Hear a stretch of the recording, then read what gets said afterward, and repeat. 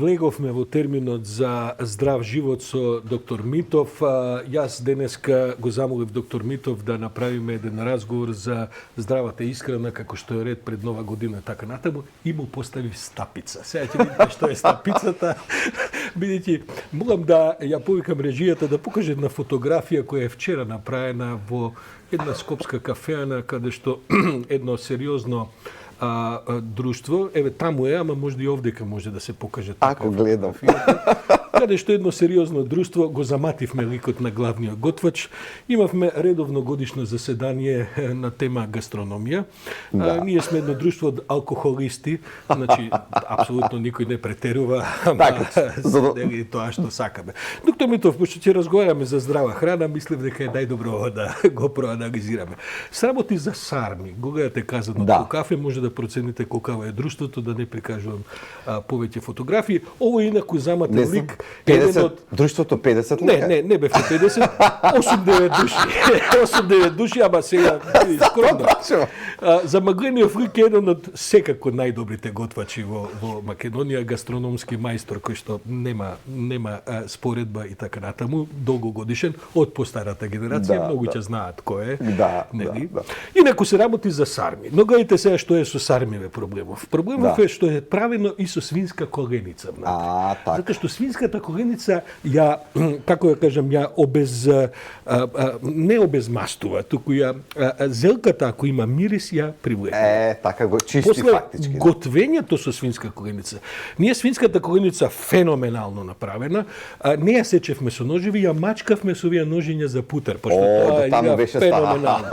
Колбасите што да ги гледате се колбаси кои што се правени со разни пушени меса внатре, и тие не мора да ги јадете, тие се тука за мирис, за да дадете арома. Зачине ова. И ова како зачин. Да не ставате бибер, туку колбаси. Зачин, колбаси како зачин, добро.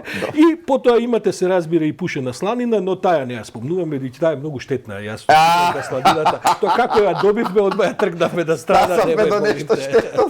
Значи, видите, доктор Митов, ова не е симфонија, ова беше ораториум гастрономски новогодишен. Не знам колку време ќе ни треба да се опоравиме. Не ви ја кажувам ни виното што го пиевме, имаше една ракија, донесе еден од пријателите, дуњовача, ама дуњовача права, српска до душе, нели како што треба биде таму. Оти со дуњовачите и со други овошни ракии треба да се внимава. Кој ќе видите количеството колку прават годишно, тоа колку дуњи има, добар дел од тоа е алкохол кој што става екстракт и така, ова беше оригинал. Да не ви говорам за мезињата, тоа би било сега навреда за овој казан. Ама казано вака не се гледа демезијата, не се гледа. Прилично длабоко ми делува мене. Сакавме да скриеме демезијата за да ја воздемириме јавноста. Сега ова е длабоко, ова е длабоко и траеше детално, моравме бидејќи се работеше за една анализа, што моравме да има пристап тука, апсолутно со многу квалификувани, да кажем, луѓе за гастрономија на масата. Сега можеме да разговараме за оваа здрава храна. Што рековме, нели, со стапица почна разговар.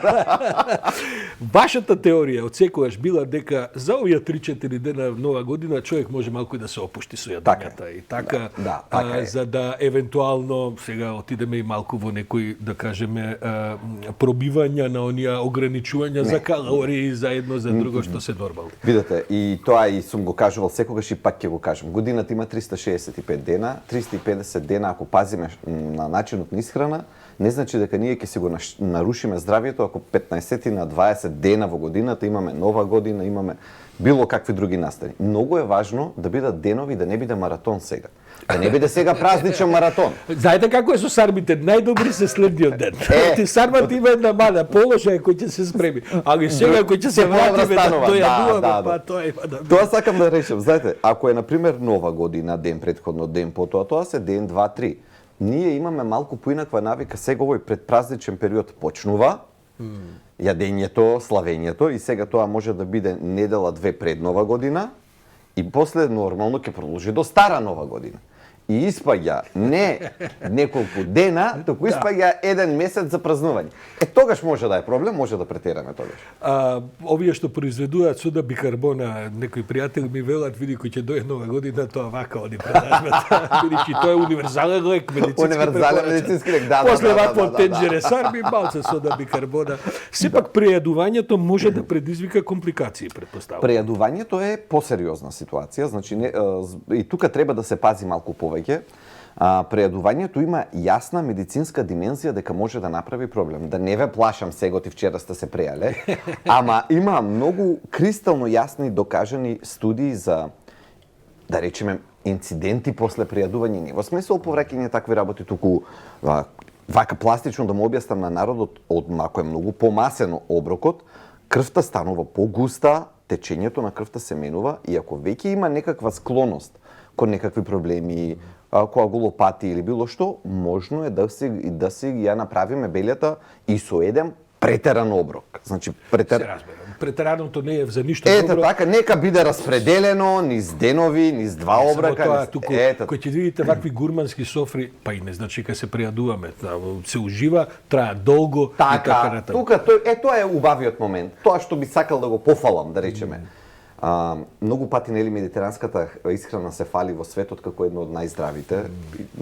Проблем убавината неизина е тоа што храната е социјален момент. А социјалниот момент е докажано дека и тоа како влијае на нашето здравје. Значи, едно е кога се јаде храна која што човек ја јаде во друштво, со пријатели, и тоа е нешто кое што треба да го истакнеме, бидејќи не е само ова толку калории, толку магнезиум, толку калиум, толку храната не е техничка работа. Значи, не е и гастрономско задоволство е, но и има нешто очигледно многу повеќе, има некои социјални моменти кои што ние уште не можеме да ги научно сватиме. Браво.